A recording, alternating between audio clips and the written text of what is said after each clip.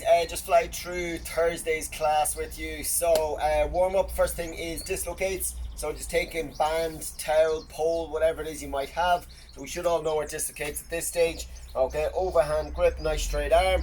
Okay, and we're bringing all the way up overhead, all the way back around and over. Okay, so make sure you're just working your range of motion. So you're going to do 10 of those. Then we're just going to do a hip flexor stretch.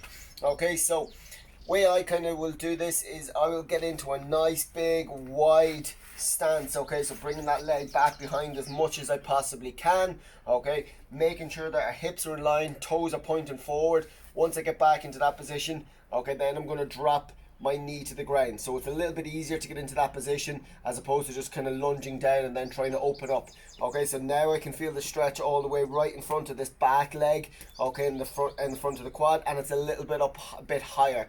Okay, so even get that a bit higher, what I can do is I'm going to lean slightly back. Okay, I will tend to kind of have something up overhead, pushing my hips through, tucking my pelvis under, and I'm getting a big stretch all the way right up the very top of my quad, so into my hip flexor region. So okay, so you're going to do that for 45 seconds on each side, and then last thing we're going to do are just some T-spine rotations. Okay, so half kneeling position. Okay, if I have my left hand on the ground, right foot, it is my right hand that's going to be moving. Okay, so I'm coming all the way underneath opposite armpit and rotating all the way up.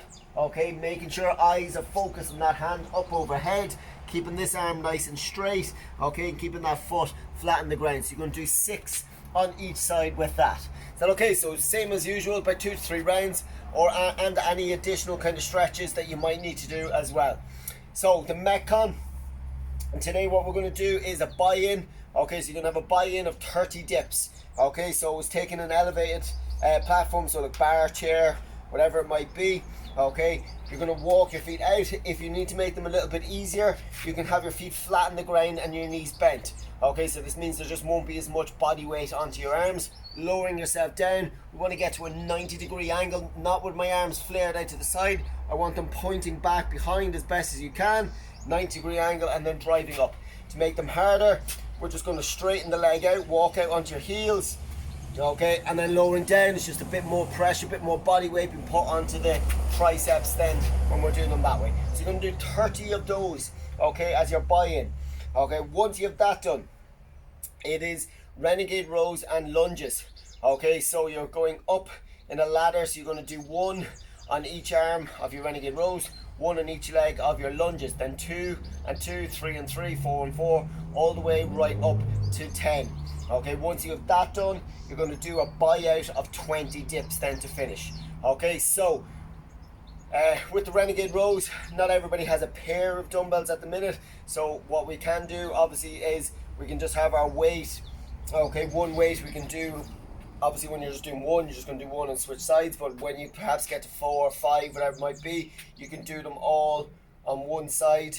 Okay, and then switch over. The only thing I kind of see is when people are doing, when I let them do them on one side, okay, this is what ends up happening. People get into position and then they just go. Okay, so it still should be down, all the way up, touch, all the way up.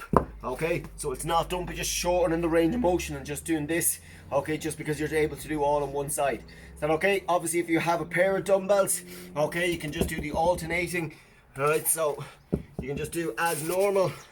Okay, Renegade Row, all the way up, down, all the way up and down. Is that okay? Once you have your Renegade Row done, you're going to go into your lunges. So if I was using the pair, I'm going to stand up, stepping back or forward, whichever you prefer, down, touch, that'd be 1 on each side, back down to my Renegade Rows, and 2, 2, back up to my lunges, 2 and 2, working all the way up till I'm 10. So if you're using just one weight with the lunges, you can hold it just in one hand or in the other hand, or we can hold it as a goblet, whichever you prefer, whichever you're most comfortable with. Is that okay? Once you have that done, it is a buyout again of back to your dips. Okay, and there's 20 dips. Just remember, there is an R plus option. Okay, when you're doing this, the R plus option, as soon as you are finished your buy-in of your 30 dips, once you get hold of your weight, whether it's 2 weights or 1, okay, the challenge is to see if you can get the whole way through the Renegade Rows and lunges all the way up from 1 to 10 without letting go of the weight at all, without having to put it down. Okay, so that's really going to test your grip strength, okay, and your arms are going to get really tired from having to hold those weights the whole time. So that's just a little bit of an added challenge. If you have to put it down, you have to put it down. It's not the end of the world. So okay, once you have 10 and 10 on both two movements done, remember it is a buyout of 20 dips. That's it, guys. Super work, and I hope to see plenty on Zoom.